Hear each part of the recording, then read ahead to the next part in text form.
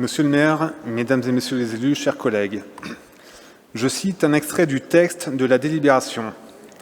En tant que principe organisationnel de la République, la laïcité implique la neutralité de l'État et des collectivités territoriales. Le principe de laïcité impose notamment le respect de toutes les croyances, l'égalité de tous les citoyens devant la loi sans distinction de religion et de conviction, et la garantie par la République du libre exercice des cultes. Alors sur le papier, c'est beau. Mais de nombreux dysfonctionnements ou manquements nous alertent malgré tout, laissant à penser que la laïcité peut parfois, involontairement probablement, être à géométrie variable. La laïcité est menacée dès lors même qu'on lui accole un adjectif. Or, M. Bush, Antoine en a parlé ce matin dans son liminaire, vous avez parlé récemment de laïcité inclusive, alors même que le vicaire général, certainement emporté par l'allégresse et l'euphorie que procure une messe géante, s'est enflammé en remerciant chaleureusement le président de la métropole et de la collectivité pour la gratuité du MIT durant tout l'événement. Nous avons bien entendu vos précisions ce matin sur la gratuité partielle. Par contre, M. Esplugas-Labattu a dit qu'il pouvait fournir des tarifs avantageux à des associations à but non lucratif. Mais un culte n'est pas une association comme une autre. La laïcité se suffit à elle-même, elle n'a pas à être inclusive ou quoi que ce soit d'autre. Nous ne vous demandons pas de subventionner les cultes de manière équilibrée, M. Bush, nous vous demandons de rester neutre vis-à-vis de l'ensemble des religions et de garantir la possibilité pour chacune et chacun d'exercer sa foi. Je vous remercie. Merci. La parole est à Jean-Paul Bouche. Monsieur le maire, mes chers collègues, sommes-nous en 1905? Certainement pas. La loi de 1905 sur la laïcité a été votée dans des circonstances précises, qui étaient des circonstances de conflits ouverts entre certaines parties très républicaines et logiquement républicaines et normalement républicaines, et les cultes qui rencontraient par ailleurs divers problèmes avec leur patrimoine. Mais c'était incontestablement, à l'époque, une loi de rupture qui, petit à petit, avec le temps, est devenue un texte de réconciliation. Et il n'est pas aujourd'hui question de remettre en cause la loi de 1905, il n'est pas question de ne pas, bien sûr, reconnaître la constitutionnalité de la laïcité, il est encore moins question de dire qu'il ne doit pas y avoir séparation des, et c'est au pluriel, des églises et de l'État. Mais nous sommes en 2025. Lorsque je suis arrivé, je vais vous faire une confidence, lorsque je suis arrivé en 2020, j'avais observé les mandats précédents, j'avais observé la municipalité 2014 et j'avais observé la municipalité antérieure. Municipalité antérieure, c'était très simple. Un culte voulait une relation quelconque avec la collectivité. La réponse était non. Je ne veux pas les recevoir, je ne veux pas les voir, je ne veux bien sûr pas les aider. Séparation brutale, abrupte. Municipalité de 2014, et en 2020 ça n'a pas changé, a été une municipalité de dialogue, d'ouverture. Puis-je continuer, monsieur le maire, parce que je suis mis en cause personnellement et donc je tiens à me justifier. Oui, mais il faut accélérer le rythme. Eh bien, je vais accélérer vite. Je vais accélérer pour le match. Voilà. Voilà.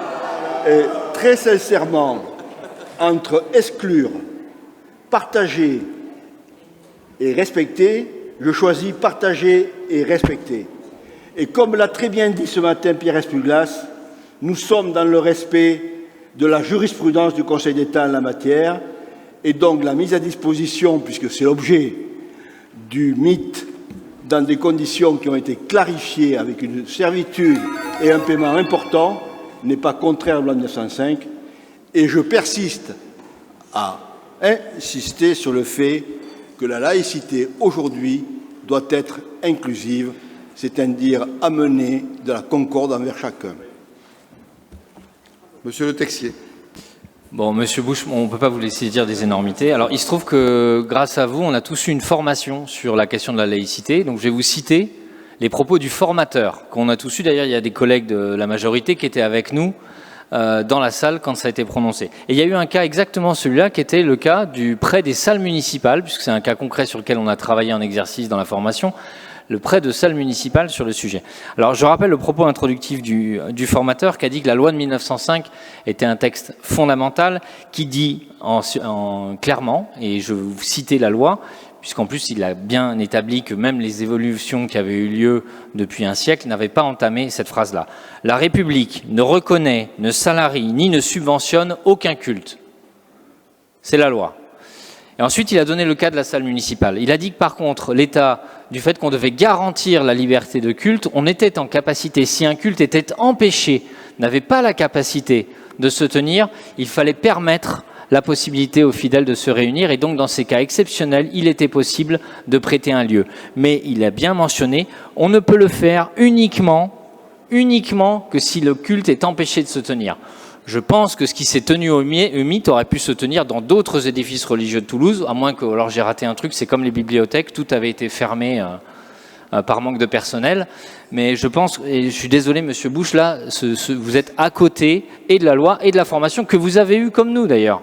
Donc non, je répète les propos de Monsieur Deherle, la laïcité se suffit elle-même, elle n'a pas à être inclusive, positive, et après ne stigmatisez pas notre position. Discutez avec les cultes, justement pour leur permettre à tout le monde de faire du prosélytisme, permettre à tout le monde d'exercer sa foi, c'est une des missions de l'État. Mais ne confondez pas ne pas vouloir subventionner un culte et ne pas vouloir discuter avec les cultes. Donc je récuse votre vision restrictive de l'action vis-à-vis des cultes. Monsieur Le Texier, je vais vous répondre moi-même. D'abord, vous avez bien fait de rappeler la loi et cette formation. Et effectivement, l'autre jour, au mythe, dans ce dimanche de Pentecôte, aucun salarié n'a été salarié par la collectivité. Aucune subvention n'a été versée par la collectivité. Alors vous dites, eh oui, aucune subvention n'a été versée par la collectivité, pas un centime. Et vous dites, il y a eu par contre une perte de chiffre d'affaires, mais pas par la collectivité, par le titulaire de la délégation de service public, un privé, comme dirait l'autre.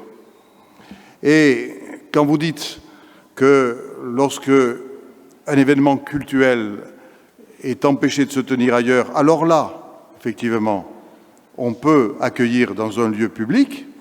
Vous avez dit, il suffit de regarder les églises de Toulouse, la messe de Pentecôte aurait pu avoir lieu là.